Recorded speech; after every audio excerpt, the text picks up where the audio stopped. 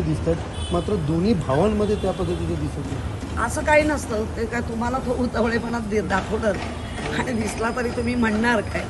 त्यामुळे तसं काही नाही आहे.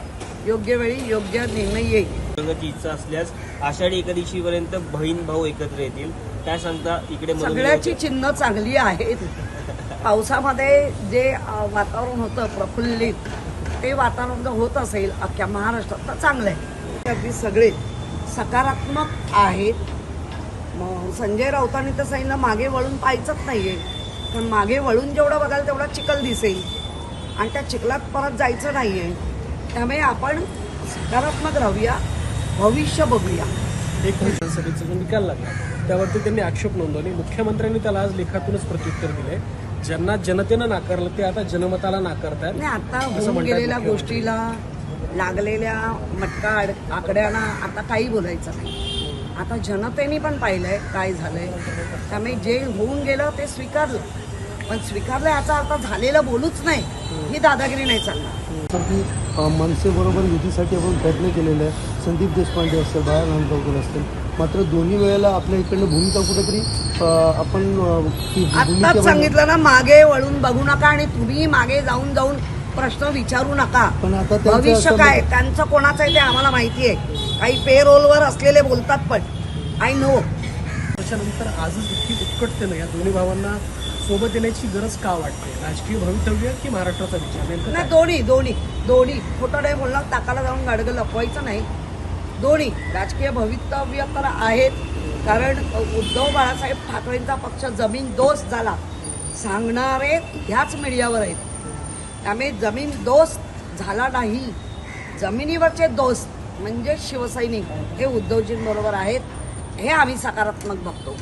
त्यामुळे काळाची गरज, ज्या पद्धतीने परप्रांतीय हॅवी होत आहेत, परप्रांतीयांची मुजोरी वाढत चालली आहे, ती पण एक काळाची गरज आहे. त्यामुळे दोन्ही गरज.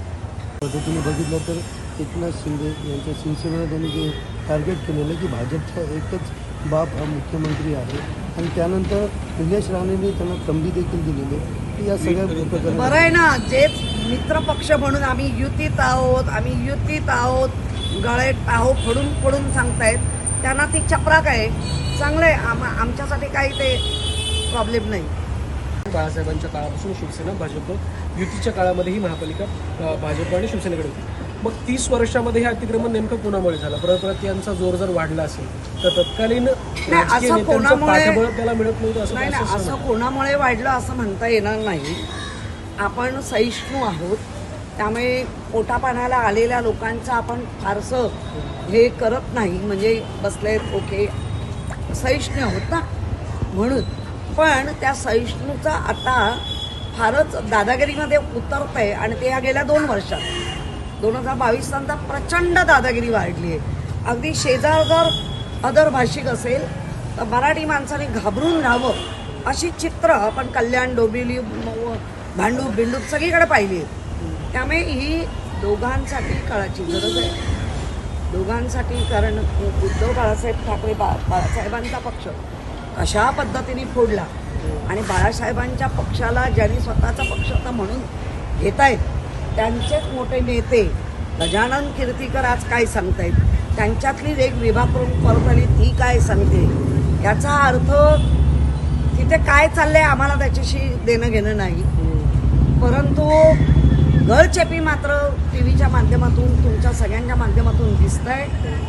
प्रचंड गळचेपी आहे त्यांच्याकडे. एकत्र येणार, पण त्यावरती आता वेगवेगळ्या प्रतिक्रिया मिळतात की त्यांच्या नातेवाईकाकडनं हा समझोता केला जातो, कुठेतरी दोघं भाऊ एकत्र येऊन समजूत काढली जाते. काय नाही, मुळामध्ये ज्या पद्धतीने 2022 नंतर या महाराष्ट्रामध्ये जो राजकारणाचा चिखल झाला, आणि त्या चिखल झाल्यानंतर जो सगळ्यांना तो त्रास होतो आहे, नागरिकांना पण त्रास होतो आहे.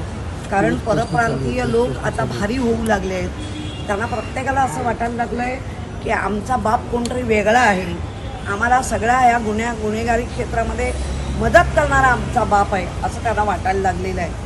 आणि त्यामुळे मराठी माणूस जो मूळ इथला मुंबईचा, महाराष्ट्राचा जो मूळ आहे, तो परप्रांतीयांच्या खाली दबला जातो आहे. आणि तो दबला जात असताना मूळ शिवसेना उद्धव बाळासाहेब ठाकरे बाळासाहेबांची आणि बाळासाहेबांचेच पुतणे त्यांचे भाऊ असं जर मनोमिलन झालं तर महाराष्ट्राला आणि मुंबईकरांना खूपच आशादायी असं वातावरण तयार होतं आहे असं वाटतं.